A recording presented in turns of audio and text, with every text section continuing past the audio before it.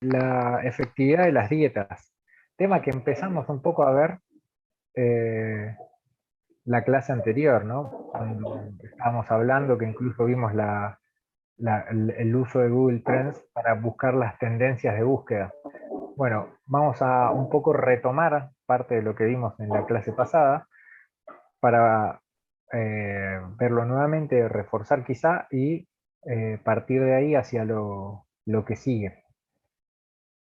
Parte de retomar lo que vimos la clase pasada fue que la clase pasada hablábamos de lo que es el método científico para lo que es la construcción de conocimiento o lo que es el conocimiento acerca de la ciencia, ¿sí? ¿Y cuál es este método o proceso, digamos? El proceso es a través de este método científico que un poco fuimos diciendo de qué se trataba o cuáles eran sus pasos, pero acá está, me pareció interesante de traer en esta imagen de My Sport Science, que como ya habrán visto, hace buenas infografías, por eso es que las traigo seguido.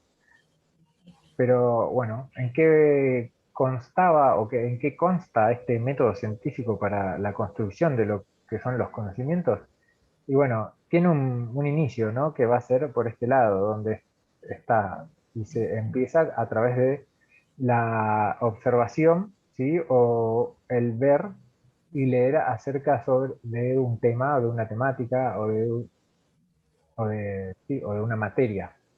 ¿Eso que puede llegar a ser? Y bueno, puede llegar a que se formule una hipótesis sobre cómo está funcionando esto. Una vez que hay, digamos, está dado el tema de formular la hipótesis y hay que someter la prueba, a ver si realmente lo que se está pensando es así o si es de otra manera. Entonces, para someter a prueba eso, lo que se hace es el siguiente paso, que es el diseño de un estudio que ponga a prueba esa hipótesis formulada. Una vez que se hace este diseño de- del estudio, este test de hipótesis, lo que va a suceder es que hay que testearla. Y hay que testearla, digamos, bajo un experimento que tenga métodos y sea riguroso, ¿sí? En cuanto a lo que es la forma y el diseño. Bueno, ya estaba diseñado de esta manera, hay que testearlo en la misma manera. Y una vez que se testee, o sea, que se lo someta a prueba, pueden pasar dos cosas. Una es que se confirme. ¿Qué sucede si se confirma? Y bueno, da lugar a que se establezcan teorías sobre la validación o no de esa hipótesis ¿cómo es? Y que terminen validando los resultados de esa hipótesis, mejor dicho, ¿no? Porque se confirmó. Ahora, ¿qué sucede si no? Si al resultado de esta prueba lo que da es que no es lo que se daba la hipótesis. Y bueno, lo que sucede es que se puede modificar la hipótesis para volver a empezar el proceso de reformulación, de diseño para probarla y la prueba finalmente, para ver qué da. Si se llega acá a conclusión, y bueno, se establecerá una teoría basada en esos resultados. Y si no, se puede llegar a volver a repetir, por eso es que está en cierta forma como ciclo. ¿Queda claro esta idea? Hola, profe. ¿Qué tal, Eh, Carlos? ¿Cómo va? Bien, gracias a Dios. Tiene que ver con los ciclos también que tienen, los protocolos que tienen que pasar las vacunas, ¿no? También. ¿En qué sentido? Y que no se validan a una primera instancia, sino que tienen que determinarse varias pruebas y después reformularse las pruebas y volverse a ver las hipótesis, tal como figura acá. Bien, me gusta que lo pusiste, digamos, con un ejemplo vigente. A ver, ¿qué sucedería en el caso de de las vacunas? ¿Por qué no se validarían en una primera instancia? Y porque quizá la primera instancia hay que ver qué resultado dio cuando se llegó acá, a este primer testeo.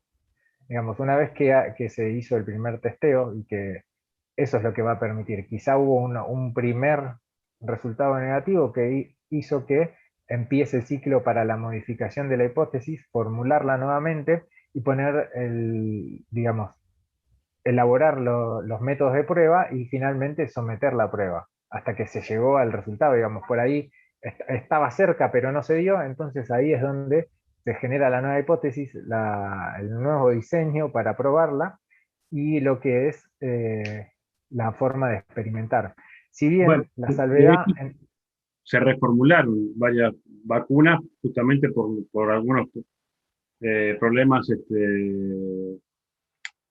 ¿cómo se dice cuando son los problemas colaterales? Y claro, se tienen efectos que colaterales, rediseñar. Sí. exacto. Yo lo que quería, bien, me gusta esto que decís, pero yo lo que quería, digamos, decir es que la salvedad va a estar acá en si lo que se está digamos, lo que se estaría sometiendo a este proceso en el caso de las vacunas es la fórmula de esa vacuna. Por eso, porque digamos, el método y cómo probar las vacunas, el diseño de cómo se prueban las vacunas en general, y eso ya medio está pautado. Lo que había que ver es si en ese método funcionaba la fórmula de la vacuna, digamos, el cómo está constituida la vacuna. Entonces, lo que acá no había, digamos, la vacuna en general, o las vacunas, lo que sucedió no es que se sometía a prueba nuevamente el diseño para probarlas, sino cómo están formuladas. Si digamos, en otras palabras, o dicho bien en criollo, si funciona el líquido que estaría metiendo. El protocolo para evaluar los líquidos que entran y si tienen la potencialidad de prevenir o no enfermedades, ya está en cierta forma diseñada y por eso es que ha permitido que se avanzara tan rápido para estos casos. Digo, porque en años anteriores y aprendiendo de esas experiencias, el desarrollo de una vacuna llevaba mucho más años. Hoy por hoy, o lo que ha sucedido es algo histórico, totalmente novedoso, y lo que es gracias a lo que se ha construido en los pasos previos. No sé si me explico la diferencia a la que quería llegar, no sé si se entiende. Yo igualmente entiendo que traje a colación la vacuna, pero si es con las vacunas actualmente corren otra cosa en instancia de pandemia. Las comunes, las vacunas comunes, vamos a hablar. Sí, sí, sí. Estas en situación de pandemia es distinta, me parece el rigor que hay que tener. A ver, en realidad, bueno, no, vos querías plantear un debate acá de principio, pero no, la idea no es debatir qué piensa cada uno sobre las vacunas o no, en especial por ahí de las que hoy por hoy están circulando y vacunando un montón de gente. Pero lo que quería decir, digamos, en el diseño normal de las vacunas, vamos a suponer en todas las instancias previas a la pandemia, y bueno, el diseño de cómo probar una nueva vacuna ya está. Lo que hay que probar es si realmente funciona, es la fórmula, y eso es lo que pasa por estos pasos, no exactamente la hipótesis y las formas de probar, digamos. Ya está diseñado cómo son, obviamente esto va a variar en cada enfermedad, los protocolos, pero los protocolos para las pruebas de vacunas ya están diseñados.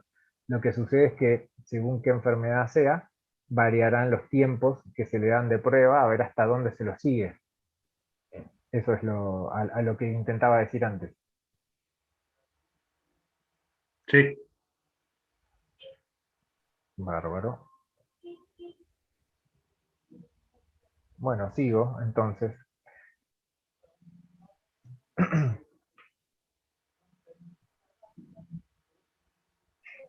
Otra de las cuestiones que habíamos estado viendo en la clase pasada era esta jerarquía y los grados en la evidencia científica. Recuerden, o sea, esto lo traigo, no es la idea profundizar mucho en esto, sino solamente recordar que lo que era lo más alto de la pirámide se encontraba en lo que eran los metaanálisis y las revisiones sistemáticas, y otro tipo de estudios que son los ensayos controlados. ¿Qué era el metaanálisis? ¿Se acuerdan, no? Que lo vimos, a ver si me lo dicen ustedes.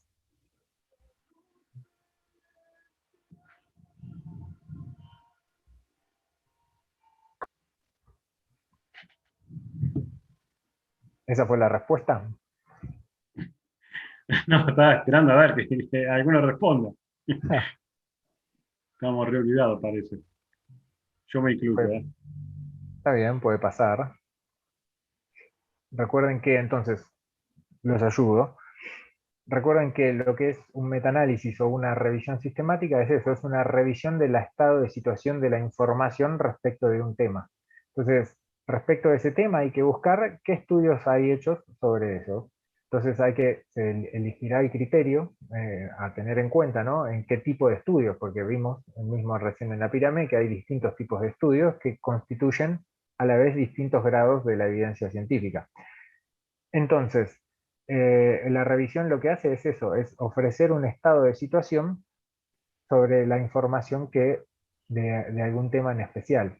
Lo que hace es analizar estudios y distintos, por eso es que son independientes, porque no son siempre hechos por las mismas investigadores o por las mismas organizaciones, sino que son independientes uno de otro. Más allá que lo que el nexo común va a ser que son sobre el mismo tema, por supuesto, ¿no? Porque si no, no podemos comparar el estado de información. ¿Cómo analizaba? Y bueno, bajo un método cuantitativo. Lo que tiene que hacer un metaanálisis es resumir toda la información posible de una manera que no presente sesgos, que tenga un proceso sistemático, que sea explícito, transparente y por supuesto, obviamente todo esto debe darse de manera rigurosa. Entonces, en definitiva, lo que busca un metaanálisis es eso, ofrecer el estado, digamos, del arte o de la situación respecto de una información. No dar una posición sobre ese tema o sobre esa información sobre la que se está investigando, sino que solamente ofrece y habla de los estudios y tiene en cuenta tanto estudios a favor como estudios en contra. No sienta posiciones, compara los resultados de ambos y muestra esa valoración mediante un método cuantitativo. ¿Quedó claro esta idea? Bárbaro.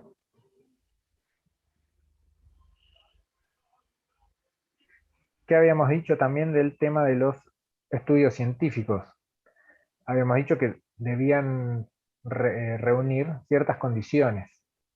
¿Cuáles eran esas condiciones? Y bueno, que tienen que estar bien diseñados. Fíjense como recién veíamos en lo que es este grafiquito de lo que fue el proceso de la construcción de conocimiento. Una de la parte era el diseño, uno de los pasos necesarios es el diseño de las pruebas.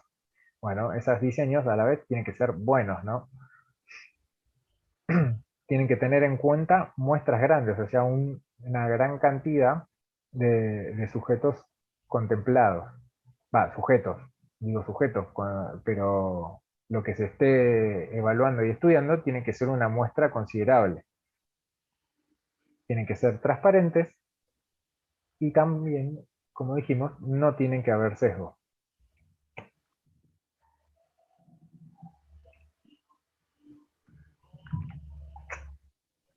Entonces, hasta acá un poco fue un repaso de la clase pasada. Quiero, digamos, esto también entiendo es un repaso, y esto es más repaso por ahí de nutrición deportiva, lo que es el tema del balance de energía. Entiendo, y digo, habían visto tres situaciones que se pueden dar respecto del balance de energía. ¿Cuáles eran esas situaciones? Y una situación vamos a tratar de graficarlo con un sube y baja, donde en uno de los lados vamos a sentar a lo que son los ingresos de calorías, o sea, la energía que entra al cuerpo, y del otro lado vamos a sentar a lo que son el gasto de energía o los egresos calóricos. No sé, escuché un ruido por ahí, no sé si alguien quería hablar o no. Ok. El sistema psico, A ver, Seba, ¿cómo es eso? calorías entran, calorías salen. Mirá, bien, bien, bien, buena forma de resumirlo.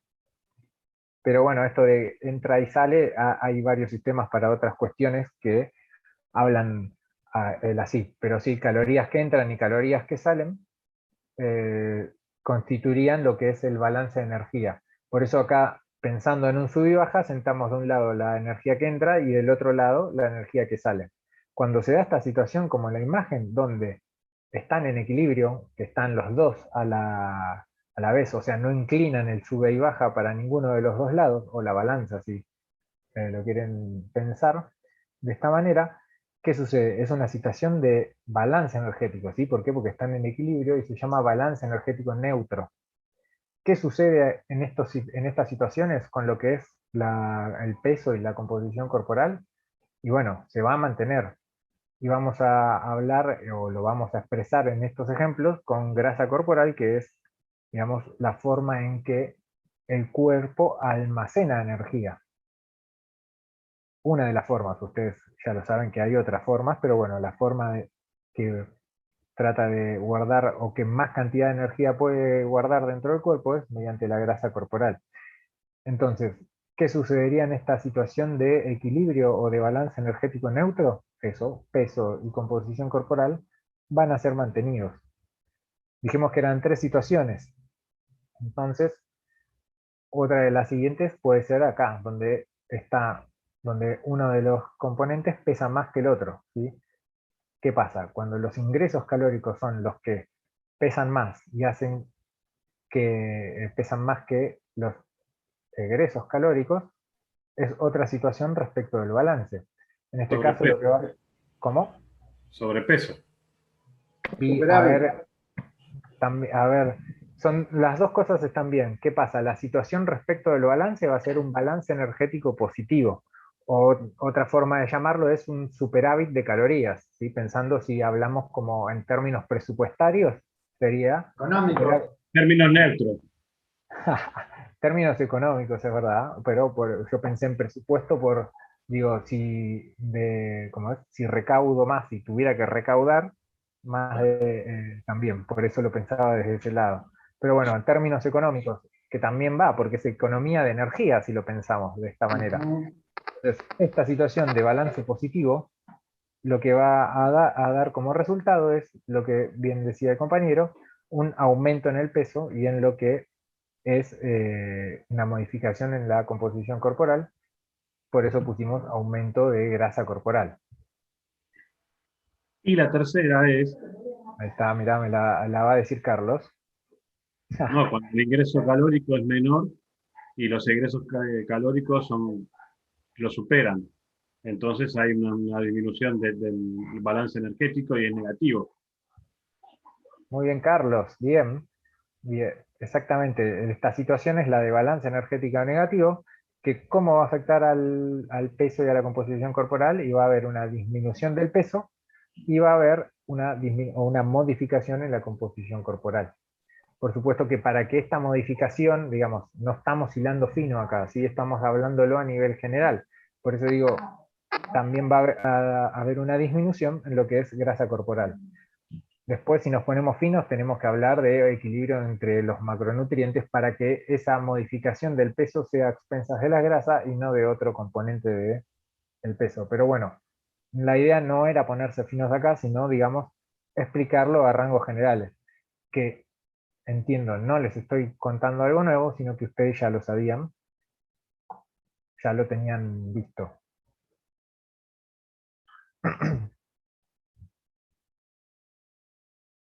Entonces, ya veíamos, y esto puede que también yo entiendo que lo han visto, pero por las dudas les consulto, ¿cómo está compuesto ese gasto calórico? Digamos, si tengo que ir al balance, depende, ya vimos que si es menor que el ingreso, va a dar el balance positivo, si es mayor que el ingreso, va a dar un balance negativo.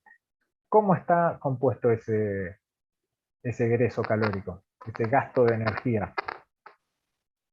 Por el gasto basal, Ok, eh, la tenemos, regulación térmica o la termogénesis y perdón, termogénesis, ¿a qué le decís, Seba? la termogénesis es la cantidad de energía que utilizo para poder procesar Actividad eh, física. no, los alimentos. Pero hubo un ruido en el Es medio y no egreso. escuché que dijiste la cantidad de energía y escuché no sé qué, alimentos al final. Perdón, Seba, que te haga repetir esto, pero no escuché.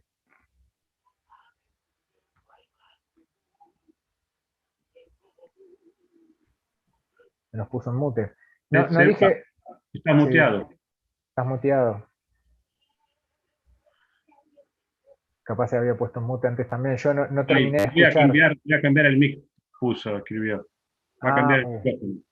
Ok, esperamos. Mientras tanto, entonces dijimos, Seba dijo lo que es el metabolismo Sí. y estaba diciendo algo que no terminó la idea, ahora nos lo va a decir. Y vos, Carlos, dijiste que estaba compuesto también por actividad física. Gasto energético en las actividades físicas. En las Ok, actividades. de las actividades, bien. Sí, me imagino que iba a decir eso también él.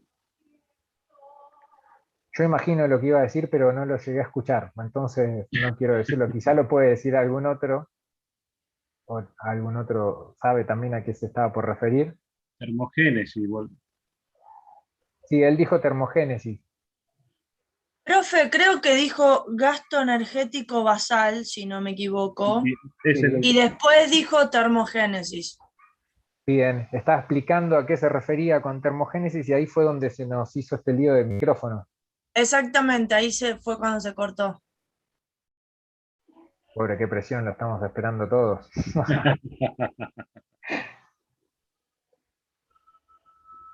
Termogénesis. Ok.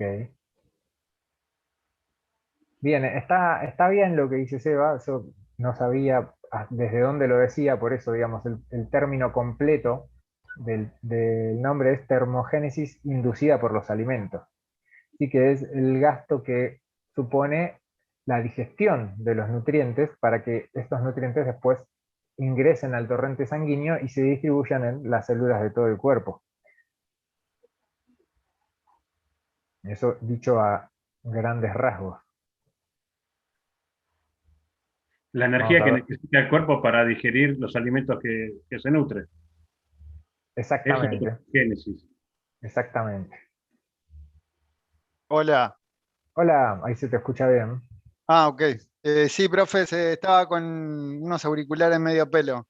Sí, era eso, pero es el gasto calórico menor en relación con el basal y con el de la actividad física diaria. Casi Bárbaro. nunca se lo tiene en cuenta, pero sí, genera un gasto. No sé cuánto será, si el 5 o el 10%. No, a ver, sí, es verdad que es poco, es relativamente poco, pero bueno, es un componente de lo que es el gasto energético y hay que mencionarlo más que nada, pero no es, muchas veces hasta es despreciable, pero bueno, existe. O sea, despreciable no porque no lo querramos, sino porque no lo podemos contar. A eso me refiero con despreciable. Sí, y después está el de entrenamiento o el NEAT, el NEAT. Bien, bien, eso, yo iba a preguntarlo más adelante de eso, pero ya que lo sacás, bien. Entonces, ya que hablas del mito del NEAT, depende a quien escuchen nombrarlo, cómo lo pronuncien, la consulta es entonces, ¿el NEAT constituye un gasto o parte del gasto calórico, gasto energético distinto de lo de las actividades físicas? ¿O es parte Sí, de lo mismo? no, No, ok. no, porque esa parte inclusive está sobrevalorado porque se lo cree como el más importante dentro del gasto calórico total y sin embargo también es bajo. Ok. Comparado con unas 2.500 calorías promedio, un entrenamiento excesivamente bueno puede llegar a 500 como máximo, o sea, no hay punto de comparación. Bien. A ver, y los demás, no sé si coinciden con vos en esta respuesta. Acá le pregunto a todos, ¿todos consideran o coinciden con Seba en que es algo aparte de lo que es actividad física?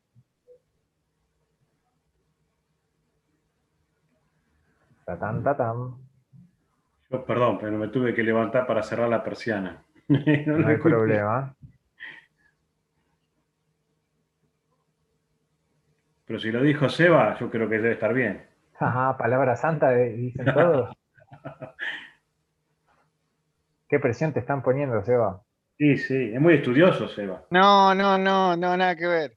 Yo soy licenciado en todo, Un pero todólogo. no estoy capacitado para hacer palabra de nada, palabra Está bien. santa en nada.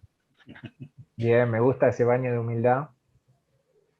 Bien, bien. Bueno, a ver, Seba, espero poder responderlo en esta diapo, esto que decía. Bueno, a Seba y a todos, que coinciden plenamente con él. Entonces, decíamos muy bien que el gasto calórico en sí va a estar compuesto por lo que es el metabolismo basal. ¿Sí? ¿De qué se trata este metabolismo basal? Fíjense primero que es lo que mayor ocupa, y esto estamos hablando en líneas generales. Va a haber situaciones que después las mencionamos, pero en líneas generales, el metabolismo basal es lo que más gasta energía, o sea, lo que más proporción ocupa de ese gasto calórico. ¿De qué se trata este metabolismo basal? Y es más que nada la energía para mantener las funciones vitales del cuerpo y mantener lo que es el equilibrio del medio interno, ¿sí? Que se mantenga en equilibrio y funcionando. En otras palabras, la energía mínima necesaria para mantenerse con vida, respirando y que funcione todo.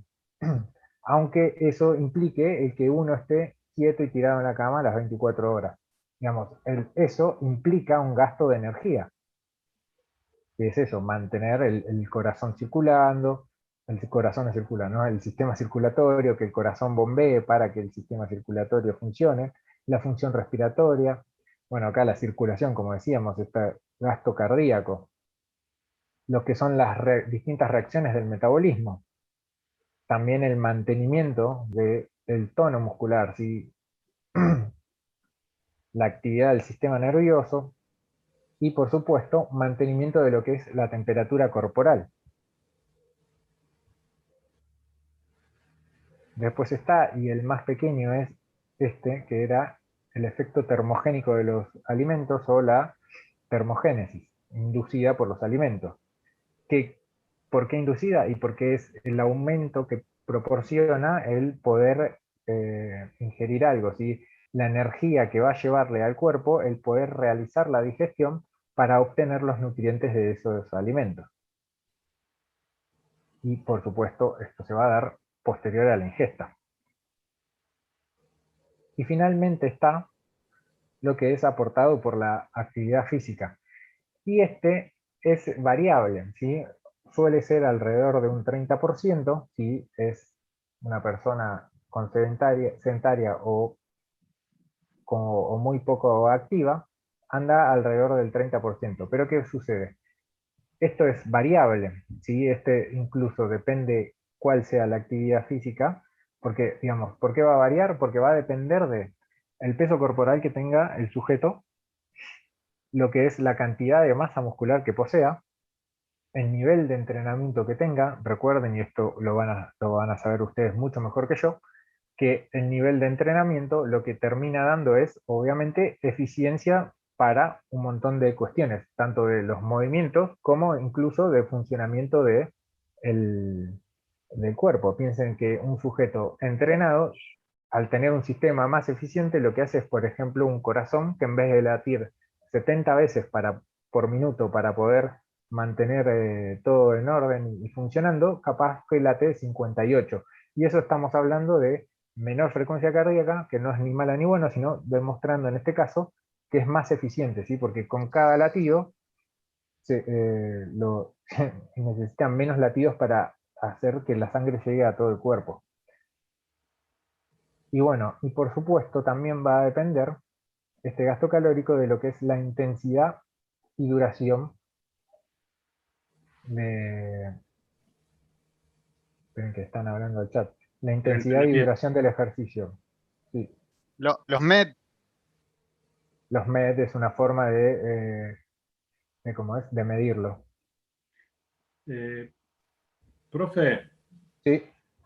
te juro, así, yo hubiera pensado que la actividad física sería mayor que el metabolismo basal. Y a ver, me interesa tu pensamiento. ¿Por qué? Es más, porque ¿Cómo pensabas eso? A priori, si quisiera bajar de peso, en vez de hacer actividad física, entonces me tiraría a hacer metabolismo basal. Porque gasto más con eso. Pero me imagino que, de acuerdo a la actividad física, esas proporciones variarían, y me imagino que en algún momento, de acuerdo a la intensidad, hasta debería ser mayor el gasto calórico que representa la actividad física respecto del metabolismo basal. A ver, creo que me gusta más esto último que estás diciendo, Carlos. Porque, ¿por qué te lo digo? A ver, porque, ¿qué sucede? El metabolismo basal termina siendo algo fijo, digamos. Entonces, no es que si vos te tirás más tiempo vas a aumentar tu metabolismo basal, no, va a seguir siendo el mismo. O sea, si vos te quedás quieto, a ver si lo puedo hacer con el lápiz, perdón, digamos, esta parte de lo que es metabolismo basal es dentro de todo lo más fijo que tenés. Entonces, lo que podés llegar a hacer es variarlo con movimiento.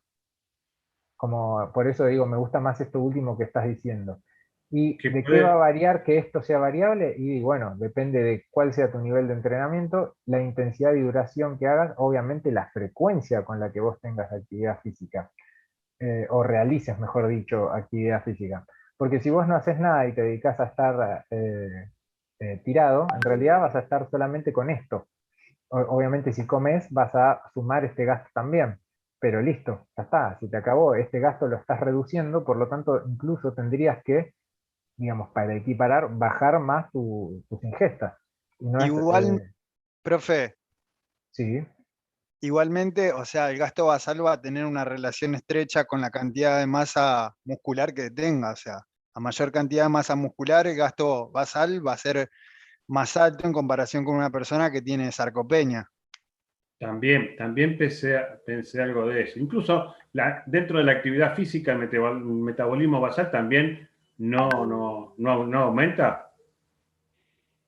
¿cómo, Que Carlos? debido a la actividad física, el metabolismo basal no aumenta también. Mm, Bien, a ver, no, no aumenta el metabolismo basal, lo que aumenta es tu gasto por la actividad. El metabolismo basal se va a mantener. Y respecto de lo que decían de la cantidad de masa muscular para el metabolismo basal, la realidad es que hay estudios sobre eso y es muy poco lo que varía entre algo. Obviamente justo fue una situación patológica donde hablan de sarcopenia, ¿no? Donde está realmente disminuido lo que es masa muscular, pero digamos, vamos a salir de esa situación patológica y vamos a poner un sedentario con el mínimo y saludable de masa muscular respecto de alguien que tenga, llegando a su máximo, la realidad que la diferencia entre, entre toda esa cantidad de músculo que podrían llegar a ser, si estamos pensando en un mismo esqueleto y todo, pueden llegar a ser 10 a 15 kilos de diferencia de masa muscular, terminan siendo en calorías, si lo piensan, y similar al efecto, menor que el efecto térmico de los alimentos, les diría. No hay tanta diferencia como para realmente considerarlo así. Por eso también les hablaba de que un cuerpo entrenado con cierto nivel de entrenamiento, lo que está en realidad termina haciendo es que el cuerpo termine siendo más eficiente, por eso el corazón late menos. Si bien el corazón es un músculo y se puede, como es, hipertrofiar, no significa que va a gastar más porque cada latido hace más fuerza. Al contrario, si disminuye la frecuencia cardíaca en individuos entrenados. ¿Por qué? Porque eso es más eficiente.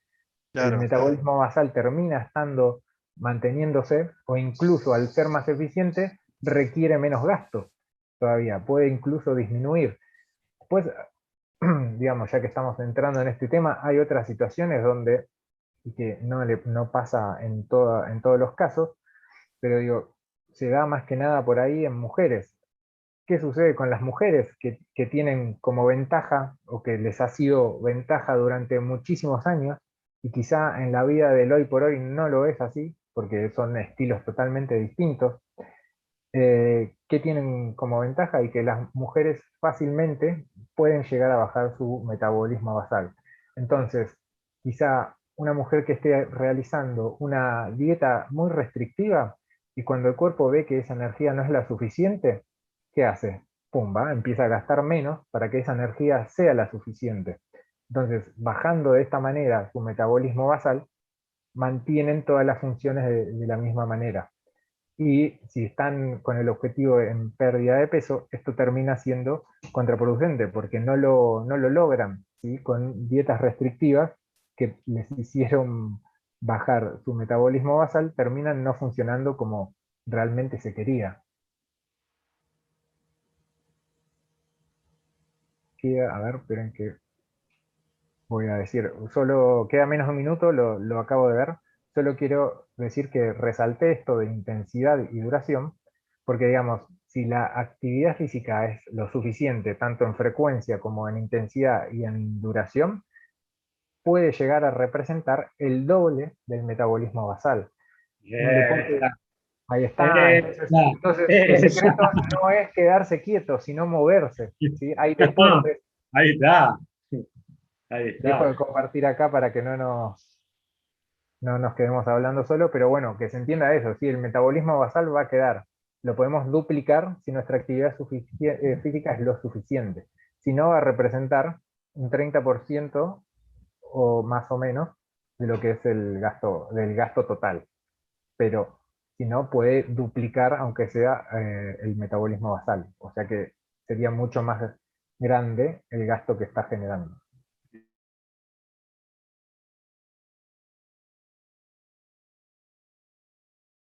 Recording in ¿Te progress. referiste al porcentaje o en cuanto a la cantidad de calorías, ¿sí? Que no varía? Y yo tenía entendido que, o sea, el gasto calórico con respecto a una persona sedentaria sí va a ser mayor, no en porcentaje, sino en gasto calórico, en el metabolismo basal. Y ahí se me Claro, hizo cortocircuito el cerebro. listo, buena pregunta. Mira, a ver, es así, el porcentaje de gasto basal es aproximadamente un 65%, ¿sí? Más o menos, 65 a 70, vamos a dejarlo entre esos números. Y poniendo, como les decía, por ahí despreciable lo que es el efecto térmico de los alimentos. Entonces, si está entre 65 y 60, para una persona sedentaria, el resto de la actividad física, ya sea que se levante y vaya al baño y todo eso, va a representar un 30. Ese porcentaje de 65 va a ser fijo. Y eso es lo que en general no varía. Lo que sí va a variar es que ese otro 30, o sea, estamos pensando en un 100, por eso está acá como barra, de este 100, este 65 es el que más fijo se queda, este prácticamente no se cuenta, y este es la que podemos llegar a variar mucho si la actividad física tiene la intensidad, la duración y la frecuencia necesarias.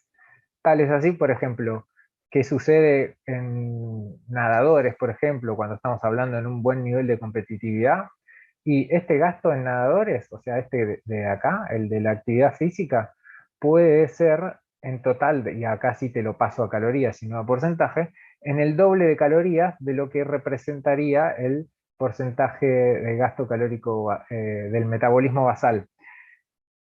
Entonces, no sé si estoy explicando, te estoy aclarando, digamos. No, está bien, Y, quedó claro que y la diferencia esto, no la va a hacer en el metabolismo basal, sino que la diferencia la va a hacer mientras esté en actividad física, no en entrenamiento, en actividad física.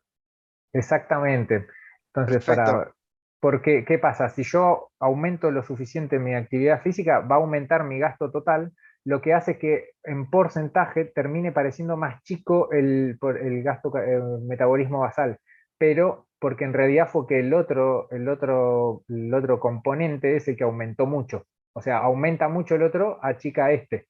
Pero el número de calorías termina siendo fija y andará, depende de la persona, entre 1100 a 1300 calorías. Eso va a quedar fijo. Ahora, si yo nado lo suficiente, mi requerimiento de calorías puede ser de más de 3500, tranquilamente. Bueno, por poner un ejemplo. Pero, ¿se entendió entonces? Me quedo tranquilo con eso. Sí, sí, sí, perfecto. Bárbaro. Te iba a decir algo, justo Sí, se cortó. Vos hacías hincapié en que puede llegar al doble del metabolismo basal. Lo dijiste una dos veces. actividad. Sí, Sí, lo dijiste dos veces. ¿No puede ser más del doble? puede ser más del doble, pero el doble lo dije como que, primero, no todos los deportistas lo logran, porque depende obviamente de qué estén compitiendo, cuánto entrenen, y que cuando los cuerpos se hacen más eficientes, se hace eficiente en ese gasto de actividad física. Entonces se achica un poco eso, igualmente termina siendo un gasto, pero maneja intensidades que alguien que con ese nivel de entrenamiento le representaría más. Entonces, sí hay deportes donde puede llegar a ser, a hacer el triple inclusive, pero ya el doble lo pongo como que es como para mostrar que es un montón. Está perfecto, perfecto. Listo. Gracias y disculpa la interrupción. No, no hay problema, aporta, digamos, a esta idea. Y a ver, y en el avance de esta idea, y acá traigo algo que habíamos comentado antes, estamos hablando de actividad física y en un momento nombramos el NEAD o el NIAD. ¿Qué sucede con el NEAD o el NIAD? El NEAD es actividades físicas no programadas, por llamarlo de una manera formal. ¿Qué sería? Y bueno, el mantener un estilo activo más allá de que se realice o no actividad física, pero pensemos que la actividad física es en realidad, si yo vivo en un segundo piso, si cuando me tengo que ir a la calle, no sé, a recibir al cartero y bajo por la escalera, eso es actividad física. Hoy por hoy a ese tipo de actividad, correr el colectivo, no sé, me confundí, me paré 3 veces seguidas de la silla y no me acordaba por qué, y me volví a sentar. Ahí a la cuarta vez me acuerdo para que me estoy parando. Bueno, eso termina siendo actividad física más allá de faltas de memoria, pero Me imagino en un colectivo, levantándote y sentándote, levantándote, si se quieren putear, que se quieren sentar. olvídate, olvídate. Pero bueno, digamos, es una actividad física no programada, que hoy por hoy a ese tipo de actividad física no programada se la llama NEAD. Pero en definitiva, el NEAD es constituyente de la actividad física. La actividad física puede ser programada y tener las reglas de un deporte, por ejemplo, si se hace una disciplina deportiva, o puede ser simplemente actividades espontáneas que impliquen movimiento. Y eso, esa actividad espontánea que implica movimiento, y será más, será menos, depende qué es lo que se haga, pero incluye un gasto de energía. Eso es a lo que hoy por hoy se llama, o se lo está llamando NEAD, y algunos lo consideran como algo aparte de la actividad física, y la realidad es que es constituyente, porque es mover el cuerpo. Después veremos si es mediante algo programado, como ser un ejercicio físico que van a tener tiempos de trabajo y todo, o bueno, ya la práctica de un deporte, donde no solo más allá digamos, de lo que se mueva por el deporte va a estar regido por reglas.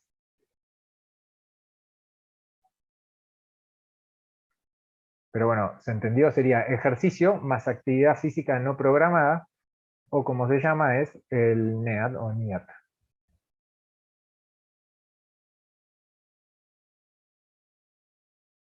Hasta acá vamos bien. Bárbaro. Entonces, volviendo al ejemplo del sub y baja y de lo que era el balance de calorías, en otras palabras, el equilibrio tiene que darse, o los desbalances tienen que darse, o se dan, mejor dicho, por esto. Por un lado, lo que son los ingresos de calorías, que van a ser los alimentos y bebidas que se consuman, y por el otro lado, los gastos calóricos, que como vimos, estaba constituido por metabolismo basal, efecto termogénico de los alimentos y actividad física, tanto la programada como la no programada. Y ahora sí, pasemos con estos dos conceptos a ver algunas de las dietas que habíamos pensado que habíamos dicho la clase pasada que íbamos a estar viendo. Hoy en particular vamos a ver dos. Vamos a ver dieta paleo y dieta cetogénica. Vamos a empezar por la dieta paleo. Dieta paleo, no sé si todos la conocen, no sé si alguno la practicó, ¿alguno alguna vez hizo la dieta paleo o ya la conocía de otro lado?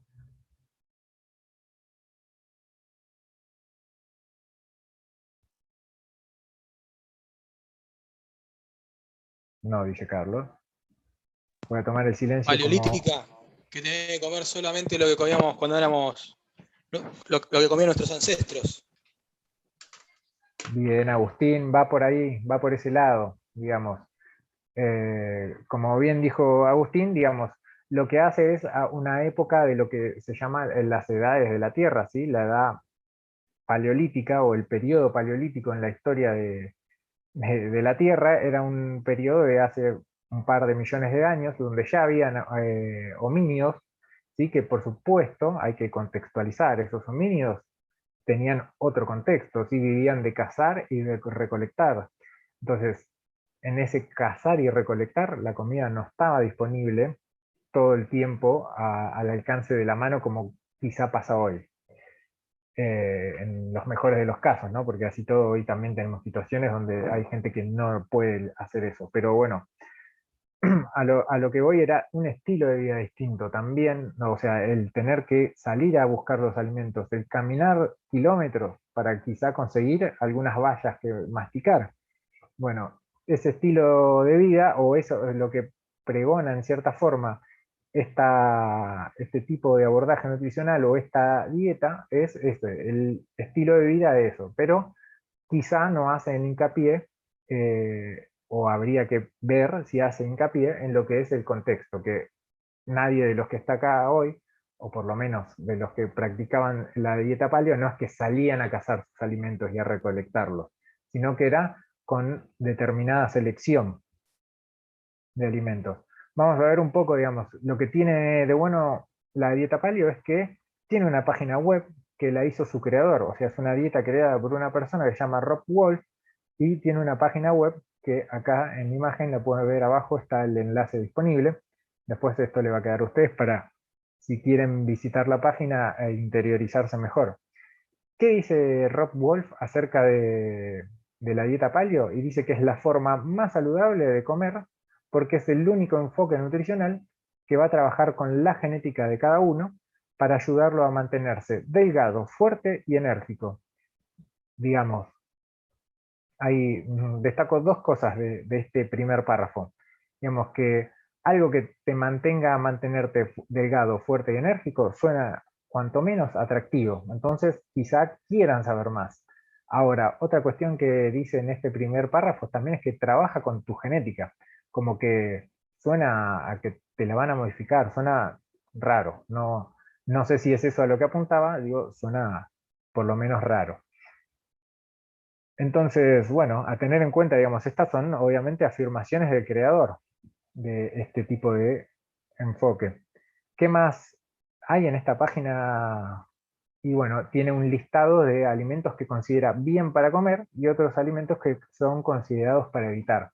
O sea, hay que tener en cuenta que quien quiera hacer esta dieta va a haber alimentos que sí y alimentos que no pueden consumir. ¿Cuáles son los que sí se pueden comer? Y bueno, frutas, verduras, carnes magras, mariscos, semillas de nuez y grasas saludables. Este grasas saludables en principio está amplio, ahora vamos a ver bien de dónde viene o a qué se refiere, pero sí te dejan claro qué productos hay que evitar, lo que son la lechería, que acá uno entiende que se refiere a los lácteos en general, lo que son los granos, y acá me parece que está apuntando a lo que es el maíz y ese tipo de granos. Después habla de alimentos procesados y de azúcares, de legumbres, de almidones y de alcohol. Todos esos no, precisamente, porque son alimentos que no estarían disponibles en la época paleolítica. Pero nos queda un poco esta duda de grasas saludables. Bueno, en la misma página aclara, ¿sí?, que grasas saludables vienen de las nueces, de las semillas, de aguacates, de aceite de oliva, de aceite de pescado y carne de animales que pastan.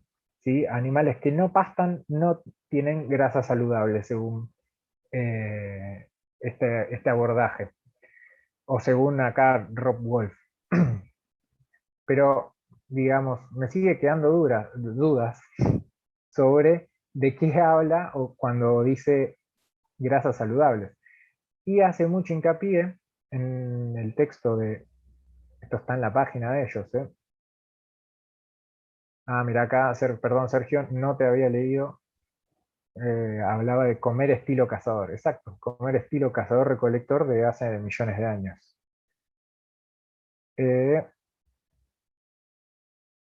Esperen que quiero destacar algo de acá. ¿Sí? Y hablan en especial, digamos, de lo que son grasas saturadas, como que habla que han sido demonizadas. O sea, si él le está diciendo que son demonizadas, entenderíamos que quiere decir lo contrario, que son las buenas para comer.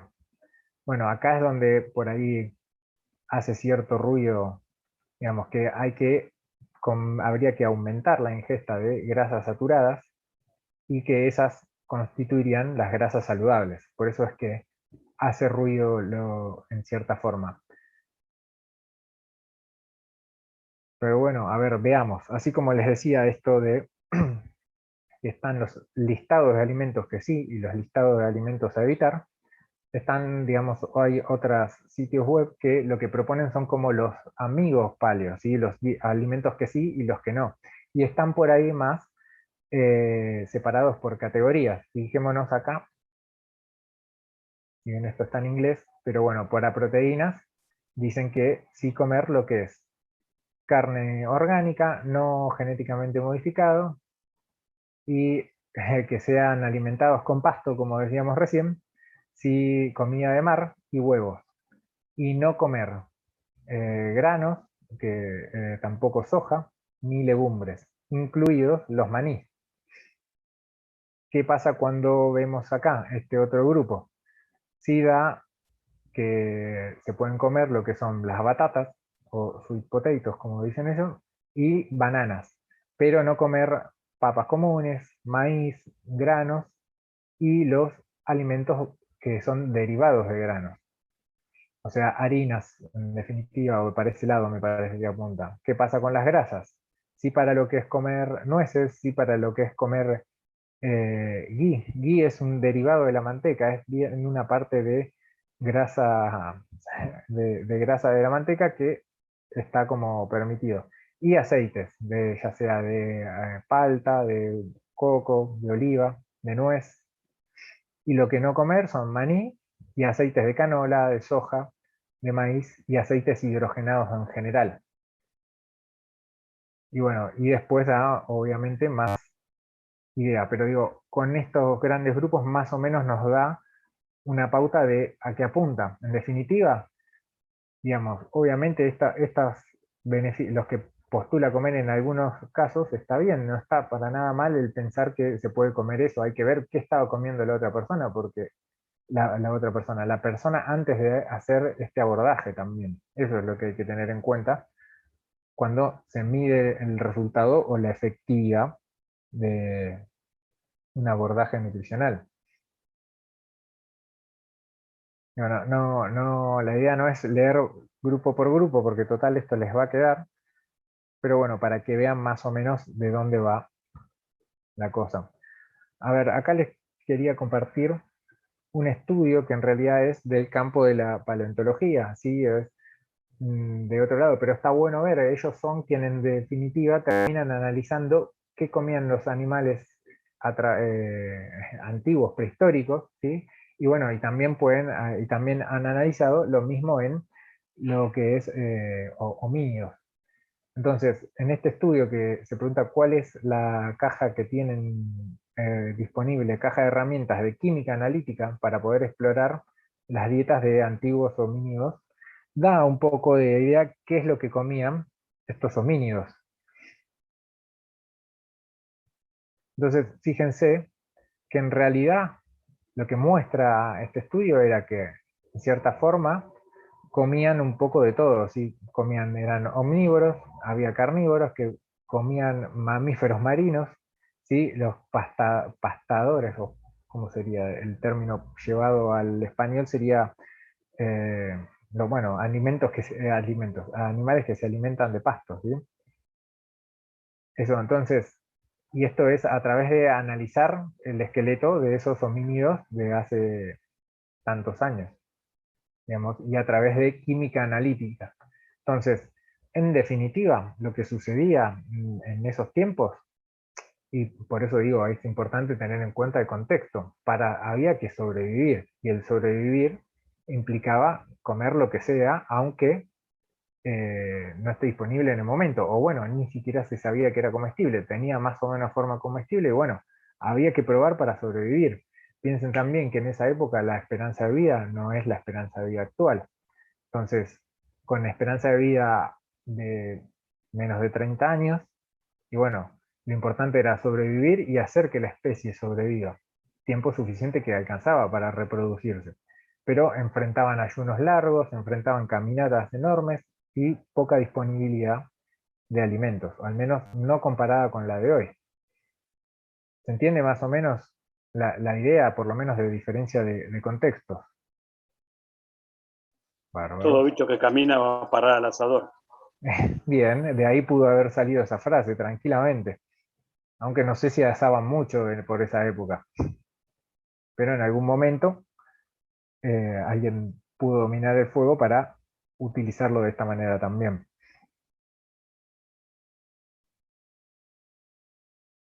Veamos un poco más y ya pensando más en algo, en un estudio más focalizado, en el comparar el efecto de la dieta paleolítica frente a otras dietas que son consideradas como saludables. Digo, porque si nos quedamos solamente en leer el título, puede llegar a sonar tendencioso, como diciendo dieta saludable, dieta paleo, como que fueran opuestos o cosas distintas.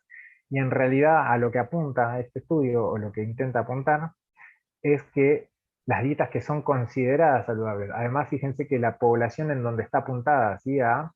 Le está comparando el efecto de dos dietas sobre lo que es la homeostasis de la glucosa y de la insulina, con un metaanálisis, ¿sí? Que era lo que veíamos al principio de clase.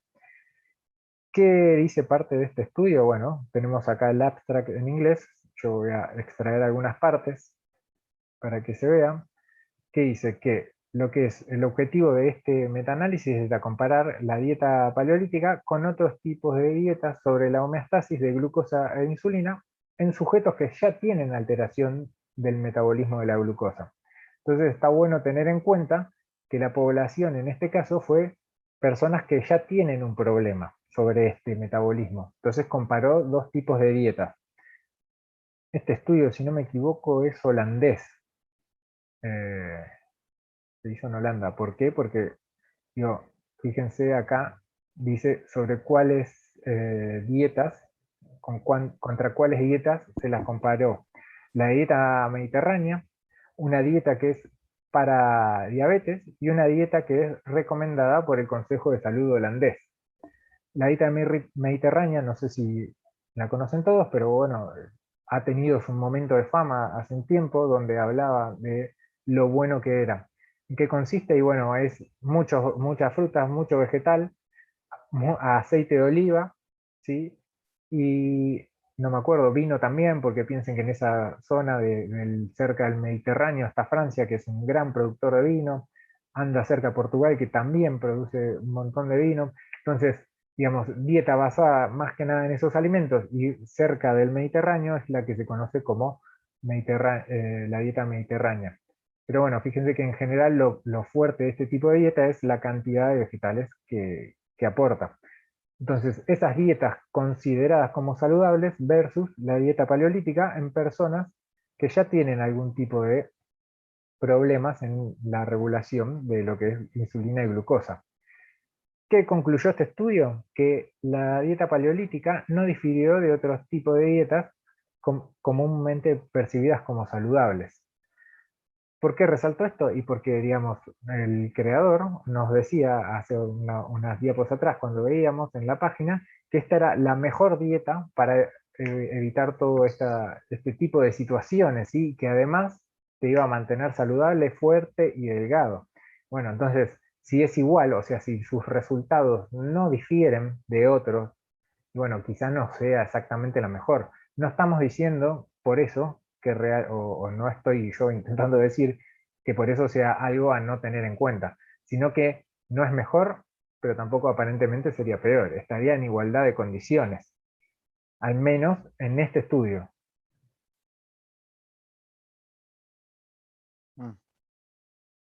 ¿Se entiende la idea? No sé si iban a decir algo por ahí.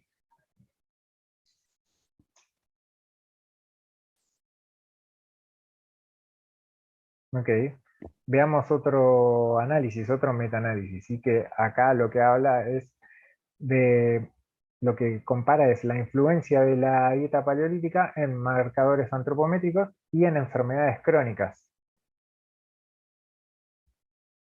Y fíjense que en el metaanálisis solamente incluyeron estudios aleatorizados con humanos que usaban dieta paleolítica en la prevención y en control de enfermedades crónicas no transmisibles. Que termina diciendo es que se evalúa el efecto de este uso dietético sobre peso corporal, índice de masa corporal y circunferencia de cintura. Si lo ven, son dos de los indicadores que hemos visto como indicadores de salud antes del primer parcial.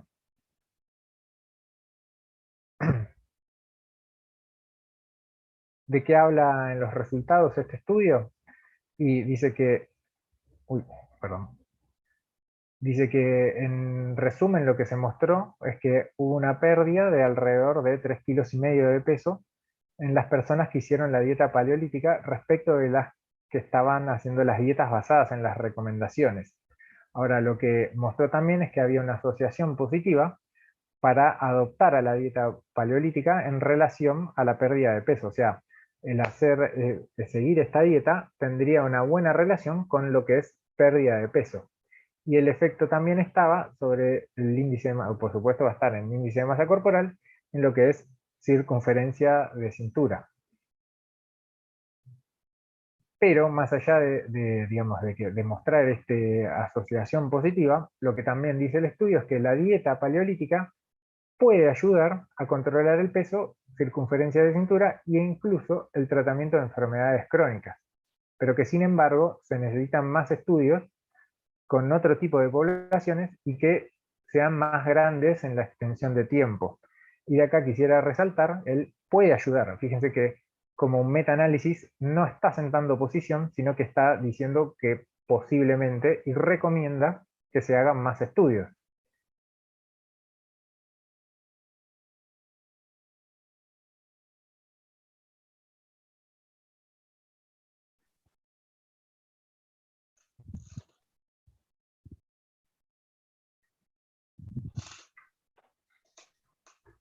Pasemos de dieta, o mejor dicho, antes de empezar a hablar de la dieta cetogénica, ¿quedó claro más o menos la idea de la dieta paleo? ¿En qué consiste y de qué va?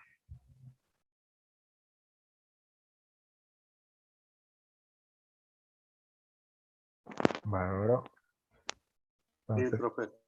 ¿Y usted qué opina de Sí, esa profe. dieta? ¿yo qué opino? Buena pregunta, a mí me interesa después más que puedan opinar ustedes.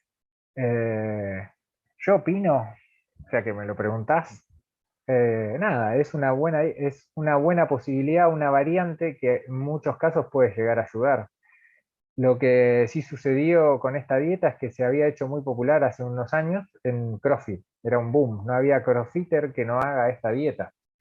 Y fíjense que parte de esta dieta lo que habla es de no comer granos y está un poco atentando, bueno, no atentando, sino desaconsejando el uso de hidratos de carbono, cuando, bueno, en el CrossFit, que es un deporte muy glucolítico y demanda muchos hidratos de carbono, entonces quizá no era la mejor dieta para hacer ese tipo de actividad. Ahora, yo lo que opino es que, digamos, no sé si yo la haría, yo creo que eso no la practicaría, pero teniendo en cuenta si la dieta paleo me puede llegar a servir con algún paciente que necesite ordenar la alimentación y que está averiguando, y ¿por qué no usarlas? Digo, si se ve, muestra interesado, lo ayuda a ordenarse, o sea, hace que deje de comer chatarra, en cierta forma, y lo lleva a comer alimentos como más o menos procesados, que eso era algo de lo que se destacaba. Y bueno, entonces tengo que aprovechar ese envión que tiene y en todo caso trabajar sobre algunos grupos de alimentos que no los incluyen para que sean incluidos de todas maneras. De hecho, bueno, en su momento hasta ha salido una especie de versión adaptada de la dieta paleo, que era la paleo con carbos, que tenían un día a la semana donde comían más que nada arroz. Entonces era un alimento no permitido, pero que un día a la semana valía. Si genera adherencia, ¿no? Exactamente. Después de a poco hay que ir haciendo educación alimentaria, que no es nuestro caso, es tu caso puntual, pero Claro. todo sirve como herramienta. Esa es un poco la intención de hoy, demostrar que las cosas pueden servir como herramientas. Está bueno tener en cuenta, digamos, qué tipo de herramienta o qué busca hacer esa herramienta, ¿no? Porque para, por ejemplo, no sé, podríamos considerarlo un serrucho, y un serrucho no va a servir para todos los quehaceres domésticos, va a servir para algunos. Entonces, Claro. tenerlo en cuenta desde ese lado. Y ahora que decías lo de CrossFit, que está la dieta a la zona, ¿no es igual? ¿O qué Bien, cambia? mira, ahora está la dieta a la zona, está en CrossFit, no sabía que estaban con esa, yo la daba ya por pasada de moda, de hecho ni la traje para ver en esta clase. Pero la dieta en la zona es muy similar y en su momento ha sido famosa porque alguien muy conocido la estaba haciendo. Digo, en su momento, años atrás. No sé Sí, sí.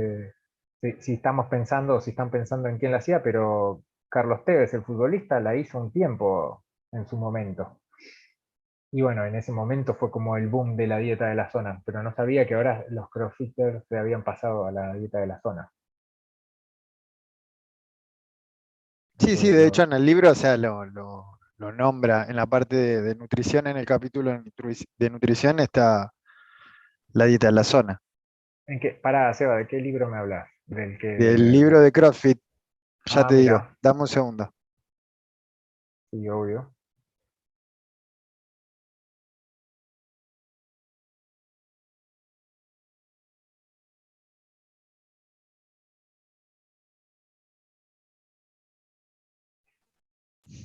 Igual sí, profe, ¿eh?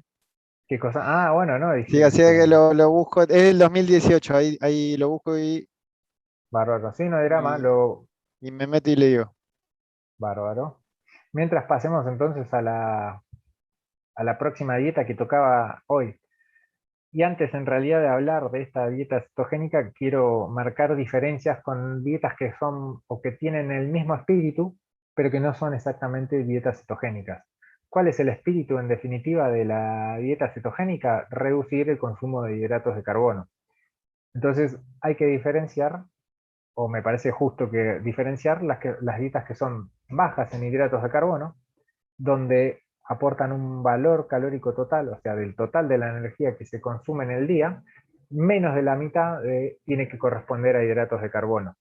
Recuerden, esto lo vieron o lo han visto en nutrición deportiva, cuando veían las recomendaciones, alrededor del 50 a 60% o del 50 al 55% se dice en estas recomendaciones que tienen que ser correspondientes a hidratos de carbono. Bueno, estas dietas bajas en hidratos de carbono ya plantean menos que las recomendaciones para vida saludable. Así todo existen dietas que son más restrictivas todavía, ¿sí? Son las dietas muy bajas en hidratos de carbono, que lo que plantean es un valor calórico total menor al 10% de hidratos de carbono. Ya estamos hablando bastante menos que la recomendación. Otra forma de como lo plantean es con 50 gramos de hidrato de carbono al día, lo cual también es poco. Y lo que sí sucede con las dietas cetogénicas es que plantean un máximo de 5% de hidratos de carbono, o sea, más restrictivas en hidratos de carbono que el resto. Fíjense que del otro porcentaje de la energía total a cubrir durante el día, 75 corresponde a grasas y 20 a proteínas.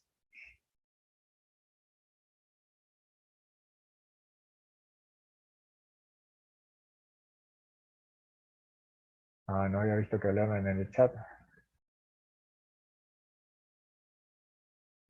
Mira, estilo, claro, a ver, Sergio acá decía que estos estilos de dieta, no sé si lo decías por la paleo o también por estas dietas bajas en carbohidratos, Sergio, que bueno, que se usan mucho en CrossFit.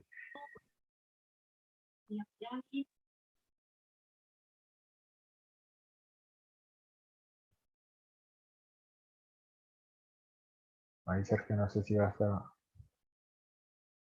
Lo justo que te vi ahora. Como no me avisa cuando hablan, tardo en verlos. Eso siempre lo termino repitiendo. No, se lo mandé justo cuando estábamos hablando de la dieta paleo. Ah, está bien. Ok, ok. Bueno, mira, justo lo hablamos, pero sí, totalmente como decías vos. La verdad que sí, que en el CrossFit, la dieta paleo, creo que es en el ambiente donde más se ha visto. Y Claro, eso a claro, veces, yo a lo que me refería era que en la disciplina donde más se generaba este tipo de dietas era en este tipo de los crofiteros, digamos, porque por ejemplo los que hacen fondos, no sé, los velocistas y demás, no lo he visto a ninguno, por ejemplo, que hayan hecho ese tipo de dieta, digamos. Por eso cuando lo nombraron coincidí justo totalmente que los crofiteros eran los que más usaban ese tipo de dieta. es verdad, bueno, tal cual, tal cual. Y bueno, sí, digamos, pensando en fondistas o en otro tipo de deportes también glucolíticos, y bueno, quizá, no sé, yo no conozco casos, pero tranquilamente puede haber pasado que la probaron y no les resultó. Ellos viven de carbohidratos y eh, pensando, digamos, recuerden, y esto sí lo han visto, es cómo los sustratos energéticos depende de las intensidades que se manejen. Entonces, si los deportes son glucolíticos y se practican a altas intensidades, y el insumo principal ahí va a ser con hidratos de carbono. Esto estamos pensando en deportes o en niveles de competencia donde que se miden por el nivel de consumo de oxígeno. Cuando los niveles de consumo de oxígeno son altos, marcan que la intensidad del deporte es alta y que el sustrato principal son hidratos de carbono. Entonces, si lo limitan, porque la dieta paleo lo limitaba, esta dieta keto también lo está limitando, y fíjense qué restrictiva es, o sea, limita mucho más de lo que lo limita la dieta paleo. Por eso por ahí en ciertos deportes es más difícil de que se vea.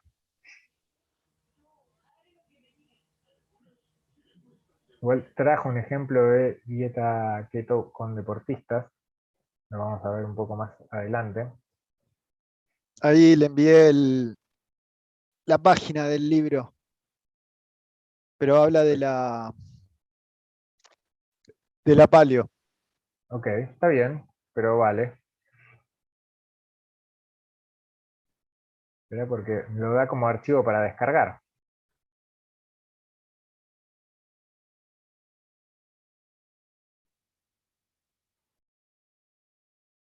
Listo, está descargado. Lo tienen todos disponible. A ver, pasemos en lo que nos queda de tiempo, que como entramos más tarde este enlace se atrasó, así que, pero vamos a seguirlo. Decíamos, dietas bajas en hidratos de carbono y la dieta keto, digamos. Fíjense que es muy eh, poco la cantidad de hidratos que aportan. Y una dieta muy baja en carbohidratos, sin llegar a ser la dieta keto, con 50 gramos de hidratos estás cubierto. 50 gramos de hidrato de carbono al día. ¿Cuánto? Les dejo esta pregunta para que la piensen y la vemos en el próximo enlace. ¿Tienen idea de a qué equivalen, a qué alimentos pueden llegar a equivaler 50 gramos de hidratos de carbono? Mientras dejo esta pregunta para que piensen, freno, porque me van a quedar hablando solo, si no. Un Recording turrón. stopped. Miren, ahí dijeron un turrón. Me quedo con ese Media ejemplo, ¿eh? papa. Ajá, media papa. Depende de qué tamaño de papa estemos hablando. No, una papa mediana. Ok, Sí, hay una papas que papa. pesan 1,5 kilos. Y por eso decía, digo, depende de qué tamaño de papa. Bien, a ver, tenemos, están por ahí. Un turrón anda por ahí, una media papa, dependiendo del tamaño, va a andar cerca también.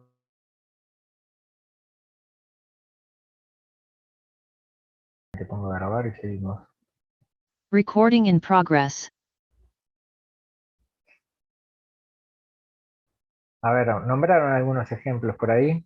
Acá Seba estaba incluso calculándolo a calorías, llevándolo a calorías. Algunos ejemplos, y bueno, mira, por ejemplo, con arroz, si lo contamos en crudo, con 70 gramos de arroz, estamos ya en los 50. Y si no, en cocido, casi 200 gramos. Y acá da algo más de saciedad. Suena más saciante decir 200 gramos de arroz. Pero miren lo desparramado que tiene que estar en el plato. ¿Qué otro ejemplo puede ser? Y 3 rodajas de pan lactal y estamos cubiertos. Con una banana, si la banana tiene un buen tamaño, bueno, va a estar cubierto también. Con 2 manzanas podría ser, otro ejemplo. O también directamente un bol de ensalada de fruta. Digamos, es muy fácil salir de esa dieta restrictiva y pensar que se la está haciendo igual. A eso me refiero. Entonces, hay que tener en cuenta que quizá muchos piensan que están haciendo una dieta y en realidad si van a las definiciones o a cómo están concebidas las dietas, no la están haciendo exactamente así.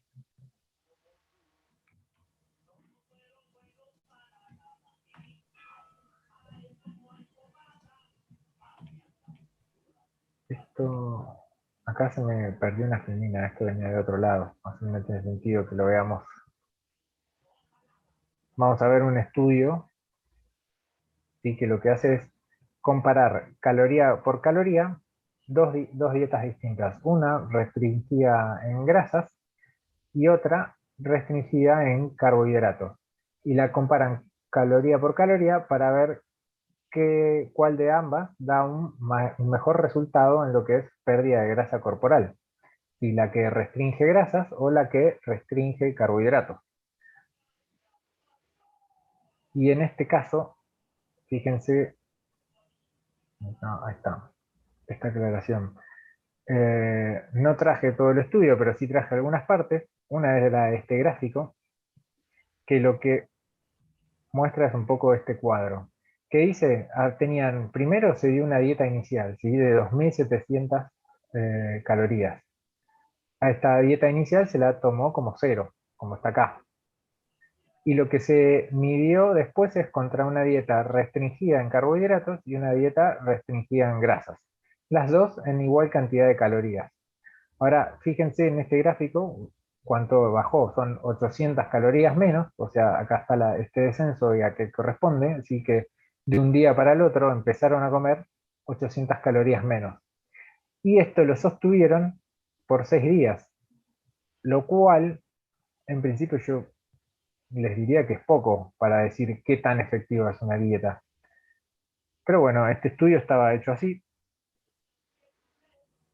Bueno, comparaban la restringida en carbohidratos con color azul y la restringida en grasas en color rojo. En este caso, como la restricción fue exactamente la misma, los colores están superpuestos.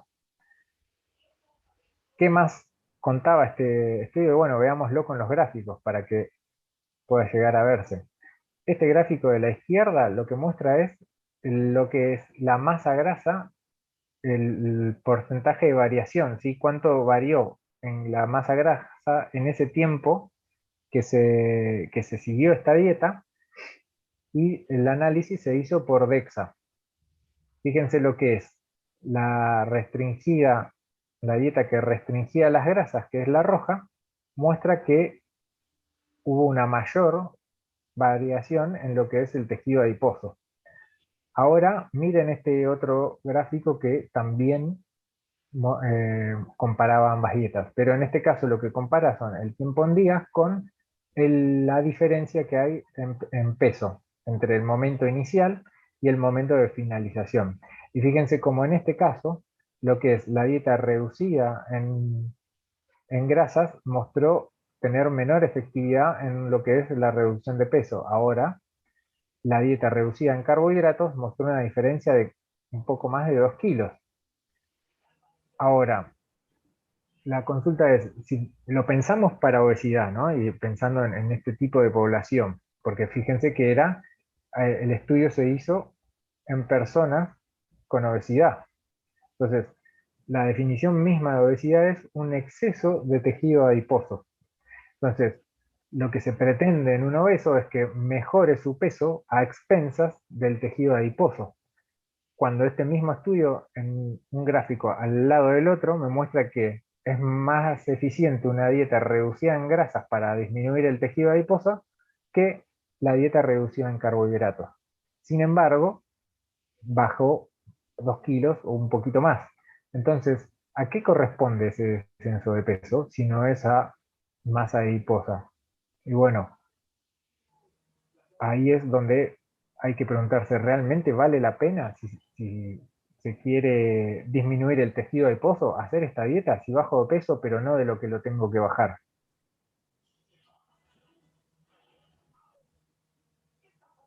Entonces podríamos suponer que lo que se bajó descendió la cantidad de agua corporal y las reservas de glucógeno. También, ¿qué pasa con el glucógeno muscular? El cuerpo reserva de 150 a 200 gramos quedan de reservorio en el cuerpo. Esta reserva de glucógeno es acompañada de 2 a 3 veces por agua. Entonces, si sacamos esos 200 gramos y además se va el agua que lo acompaña, y bueno, hay un descenso de agua. O sea, el músculo, ese peso que está mostrando al día 6 es un peso artificialmente bajo, porque los músculos no están con reservas de energía. Entonces, ni bien vuelva a consumir algo de carbohidratos y el músculo va a recuperar su reserva de energía. ¿Para qué? Para poder hacer la actividad que sea. Entonces, esos 2 kilos se recuperan ni bien el músculo termine reincorporando su reserva de energía. Hernán, Sí, ¿lo conoces a Jorge Roy? sí. O sea, de nombre, no, no, Te no pregunté de la rostro. clase pasada. Él Sí, es dice verdad. que, él dice que en este tipo de dietas, ¿sí? Que son muy restrictivas o que son de poca ingesta de carbohidratos, el costo de mantenimiento del músculo es demasiado alto. Entonces lo que hace el organismo es catabolizar para bajar, para minimizar el costo de mantenimiento. Y entonces, bueno, ahí también en este tipo de protocolos se pierde mucha masa muscular si yo lo sostengo durante mucho tiempo. Más allá que recomiendan hacer fuerza y demás, es verdad que el costo es elevado.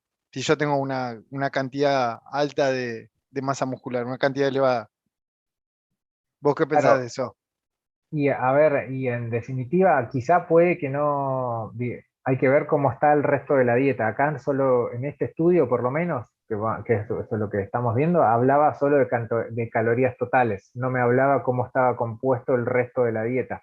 Entonces habría que analizar eso, porque es cuestión de verlo. Yo lo que considero que seguro va a disminuir es el rendimiento en cuanto a la práctica de hacer o deporte o de un ejercicio, porque para hacer fuerza también se necesitan carbohidratos.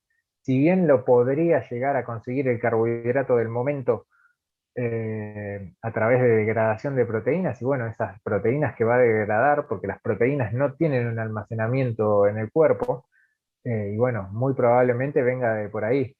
Si es con gluconeogénesis, no va a alcanzar el proceso de gluconeogénesis, también va a ser limitado. Entonces, piensen también que yendo estrictamente a este estudio, es un estudio de 6 días. Entonces, acá no creo que se haya llegado a comprometer o a disminuir la masa muscular. De todas formas, no puedo asegurarlo porque lo que me muestra el estudio es diferencia en tejido adiposo y diferencia en peso. Entonces, vemos que la dieta esta baja en carbohidratos muestra un descenso de peso mayor, pero no me dice a expensas de qué. Entonces, hoy lo que mencionaba en cuanto al agua y al glucógeno, lo puedo suponer porque es algo que va a suceder rápido. Ahora, no sé, no estoy en condiciones de decir qué tan rápido puede llegar a haber degradación o pérdida y disminución de masa muscular, pero tranquilamente con, digamos, esto sostenido en el tiempo, puede llevar a eso. Y termina siendo, digamos, y más si estamos pensando en personas con obesidad, ¿no? Porque por lo menos este estudio estaba hecho en personas con obesidad y la persona con obesidad necesita mantener el músculo también y solamente disminuir su tejido adiposo. Por eso les hablé desde la definición de obesidad, que es este exceso de tejido adiposo. Si este exceso yo no lo puedo hacer disminuir, y en realidad no estoy yendo a ir contra el problema, digamos, no estoy yendo contra el problema, estoy solamente mejorando un número, mejorando, si se puede decir mejor, digamos, disminuyendo un número de la balanza, nada más. Y a Hernán, expensas de qué, no queda claro, al menos en este estudio. Te quería consultar del el gasto calórico que tiene el cerebro en porcentaje total. Que con estos 50 gramos lo que estoy cubriendo es la glucosa necesaria que necesita el cerebro. No, ni siquiera. El Porque cerebro ¿cuánto suele, llega al 20-25%? más allá del porcentaje, el cerebro más o menos por día consume 100 gramos de glucosa. Entonces, por eso no necesariamente los vas a estar cubriendo. Porque hoy lo veíamos y vimos frutas, y también las frutas aportan otro tipo de hidrato de carbono que no es necesariamente usado por el cerebro. Claro, también hablan, cuando hablan de la dieta keto, hablan de la fiebre keto, que pasa la La- primera semana, sí, debido a esto, a la adaptación terrible que tiene que hacer el cerebro a la gluconeogénesis para tirar el faltante de glucosa que necesita. exacto. Sí, sí, sí, está. Hay quienes se la bancan y la siguen haciendo y hay quienes no lo soportan y más vale que encima no les hables si la están haciendo porque te muerden. Pero sí, totalmente. Es la gripe o fiebre keto, tal cual. Pero bueno, veamos, miren, que tengo algunos estudios más para mostrar. No sé si llegaremos a verlos todos, pero vamos a intentar. Acá otro estudio, sí que lo que hablaba era composición del peso perdido durante la reducción de peso, y acá fíjense, lo aclaran mismo en el título, peso a corto plazo, y midieron respuestas metabólicas en sujetos obesos, o sea, la respuesta metabólica de esos sujetos obesos a la inanición y a la dietas cetogénicas y no cetogénicas, pero igualmente baja en calorías. Acá está el detalle de qué se trató la dieta. Fueron 3 abordajes, uno de 1200 y dos de 800. Uno de 800 de dieta mixta y uno de 800 de dieta cetogénica. Si miramos los porcentajes, digamos estas que son de iguales calorías, cambian. Acá incluso están los gramos aportados por cada día. Fíjense que los gramos aportados en la dieta cetogénica de hidratos de carbono fueron 10. O sea, nada, veíamos que con 50 gramos se hace difícil. Estábamos comentando también este tema del efecto de la gripe keto. Imagínense con 10 gramos, es tremendo. Más allá de que 800 calorías no llegamos ni a cubrir el gasto metabólico basal, que cuando veíamos antes en el grafiquito, ese gasto metabólico basal ronda según personas y alrededor de 1100 a 1300, pónganle que de 900 a 1300, según los tamaños de personas. Entonces, ya tenemos acá un abordaje medio agresivo, podríamos decirlo, pero bueno, que no llega ni a cubrir una restricción muy marcada, digamos, no llega ni a cubrir el gasto calórico basal. Entonces, ¿qué muestra este estudio? Que acá está mostrado en gráfico también, que con la dieta cetogénica de 800 calorías, los sujetos en promedio perdieron unos 500, unos 500 más o menos 500 gramos al día, o sea, 500 gramos al día. Que con la dieta mixta lo que perdieron fue casi 300 gramos por día de estas 800 calorías. Ahora, ¿de qué se trató la composición de ese peso perdido? En el caso de la dieta cetogénica fue 60% de agua, 35% de grasa y poco menos del 4% de proteína. ¿Qué pasó con la dieta mixta, esa de 800? Y bueno, lo que se perdió fue 37 de agua y 60 de grasa.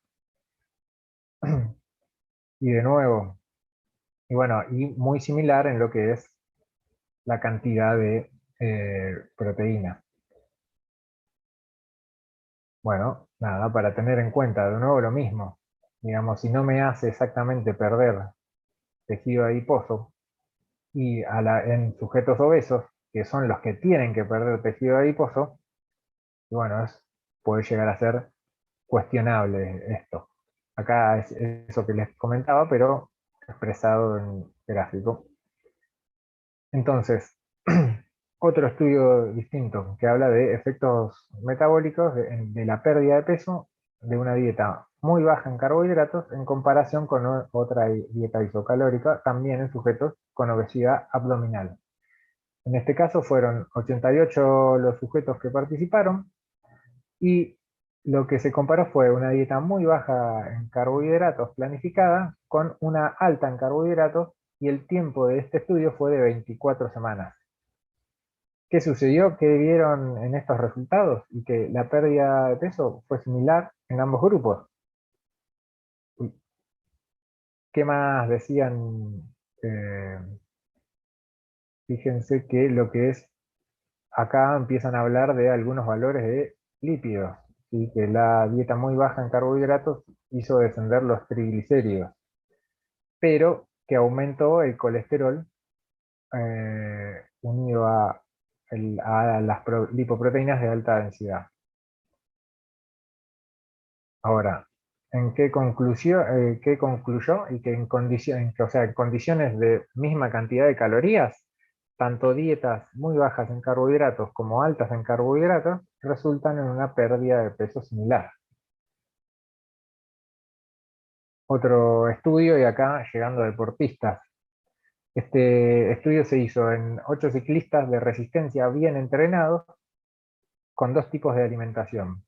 Uno de esos tipos de alimentación, casi el 70% de la energía provino de las grasas durante 6 días, seguido de un día de 90% de hidratos de carbono. ¿Sí? O sea, se los alimentó por 6 días con un gran porcentaje de grasa y el séptimo día se lo hizo con muy buena cantidad, casi el total de la energía, de hidratos de carbono.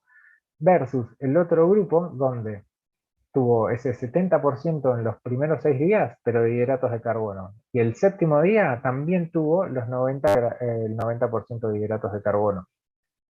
La prueba fue contrarreloj, se hizo los días número 1 o sea, al principio del estudio, antes de empezar a hacer, y al día 8, luego de esta carga de hidratos de 90%. Y era de 100 kilómetros. O sea, todos los participantes del estudio hicieron ambos protocolos, o sea que terminaron haciendo 2 veces cada prueba.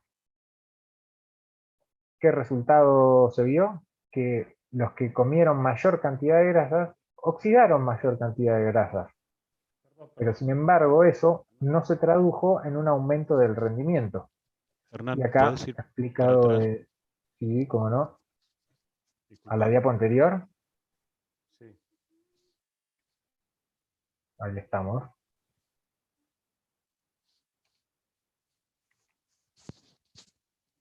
Díganme cuándo y avanzo. Listo, ya está, ahí está, ahora sí. Bárbaro. Gracias. Por favor.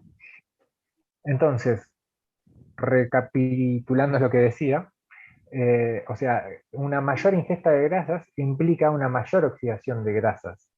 Ahora, que este metabolismo en la digestión de las grasas aumentado no se tradujo en un aumento del rendimiento. Y acá he explicado en lo que es otra infografía de My Sport Science. Fíjense, eran pruebas de 100 kilómetros con sprints de 1 kilómetro cada tanto.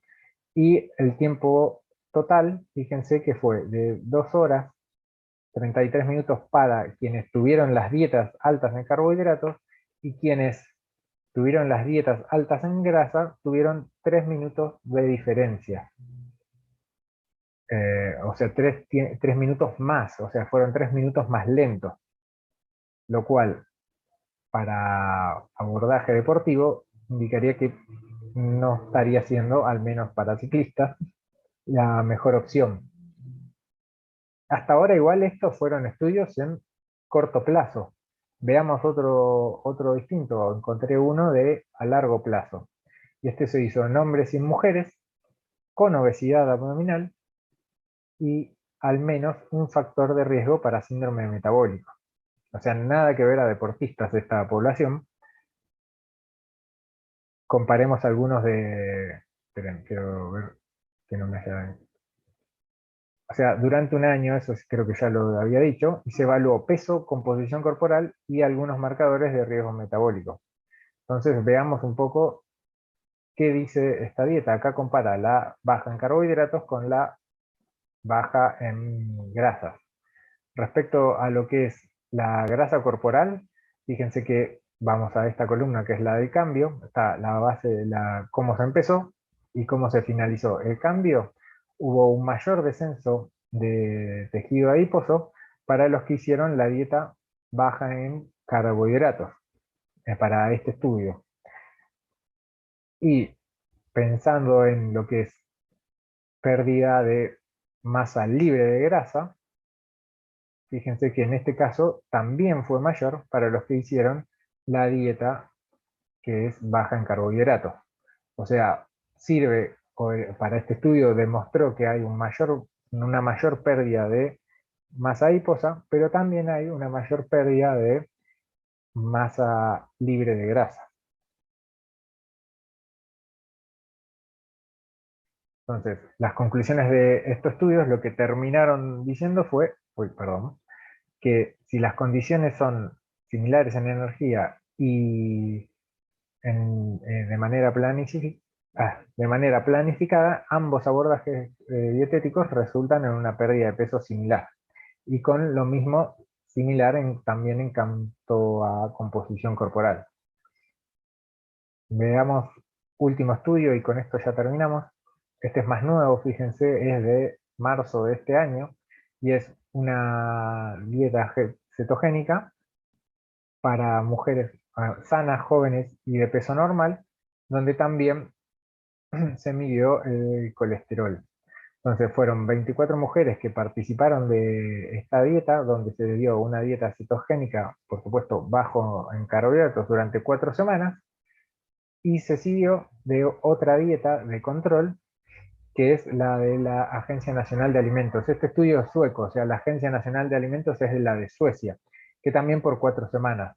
En realidad fueron 4 semanas de dieta cetogénica, 15 semanas en el medio, 4 semanas de la dieta que recomienda la Asociación Nacional de Alimentos de Suecia. ¿Qué terminan sugiriendo los datos? Que alimentar a mujeres sanas y jóvenes y con peso normal con una dieta cetogénica puede inducir a un aumento de lípidos en la sangre, que puede resultar perjudicial.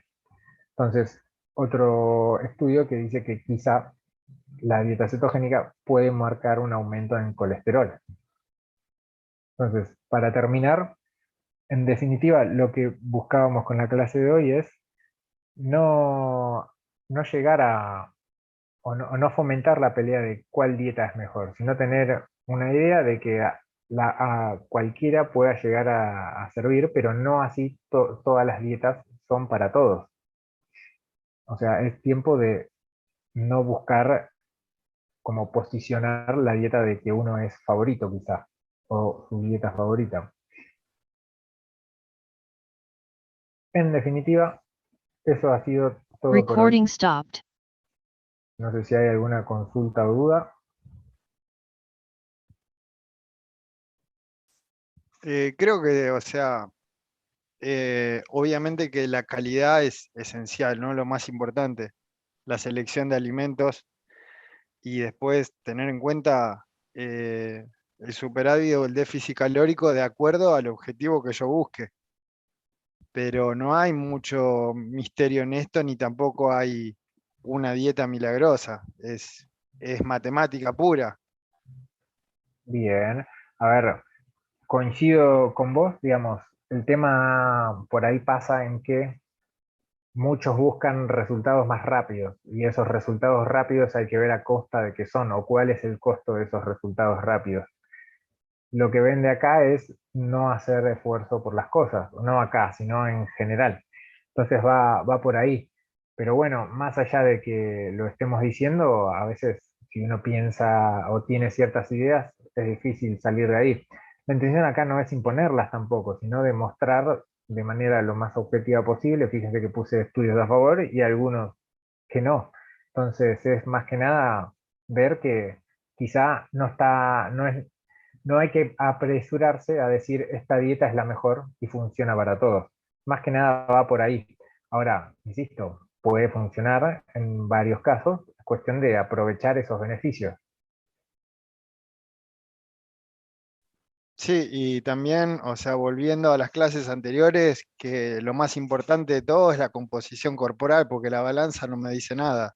Es un valor nada más, aislado. Exacto. Me falta todo el resto, me falta información del resto de los componentes, de la composición. Exactamente, de qué está compuesto ese peso. Y bueno, y sí. Pero esto también un poco lo vimos, no siempre se toma ese abordaje. Entonces, por eso está bueno cuando se puede llegar a analizar, como esos estudios que analizaban, de qué iba esa pérdida de peso. O por lo menos lo intentaron analizar en parte cuando comparaban si era de masa adiposa o no. Profe, una pregunta. Cuando hizo el Sí, ejemplo obvio. de dieta mixta de 800 calorías, eso es para un supuesto, porque en realidad uno en reposo ya gasta de por sí 1200 calorías, no me acuerdo si era. Sí, es un rango más o menos, obviamente se puede calcular a nivel individual, pero andan entre las 1100, un metabolismo basal andará entre, vamos a suponer, 900 a 1100. Ese abordaje de 800, ya sea dieta mixta o dieta cetogénica, sigue siendo menor al metabolismo basal. Igualmente ahí era un estudio de muy corto plazo, no sé si Ah, eran 10 días por ahí, pero se sí, puede casi. llevar eso en el tiempo en realidad. Y Es es una muy buena salud. difícil, es muy difícil. Ha habido experimentos así, pero bueno, no exacta. Antes de que existieran la ética en el ejercicio de la investigación médica. Antes de Claro. eso, se han hecho estudios a largo plazo dando dietas de 1200, de dietas de 800. Está bien, Pero, está bien. Pensé que pero, no, pero como entré medio tarde, digo, no sé si esto se hará, digamos, de no, manera no, no. consciente o es un estudio que se hizo en ese momento.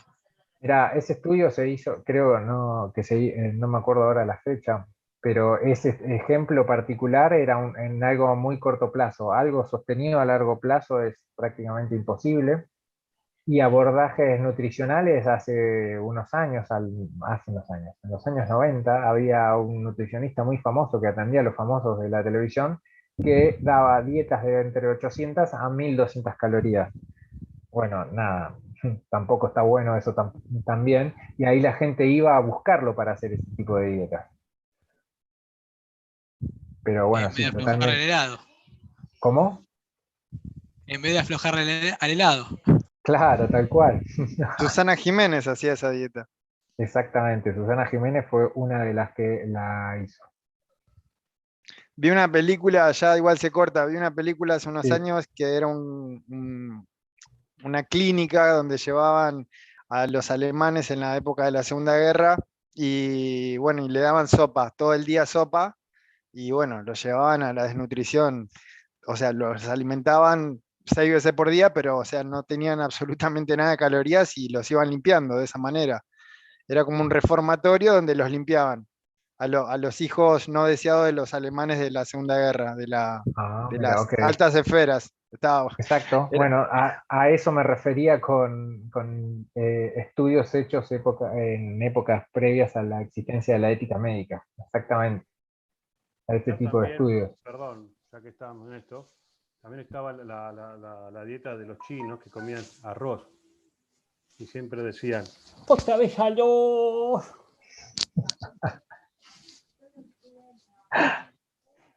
Bueno, yo creo que eso es un excelente cierre para esta clase. Que después no puedo generar algo más arriba que eso. Así que nada, estamos más que pasados de hora. Así que nos veremos la próxima semana. Buen fin de profe. Buen fin de... Nos vemos. ¿Qué hizo?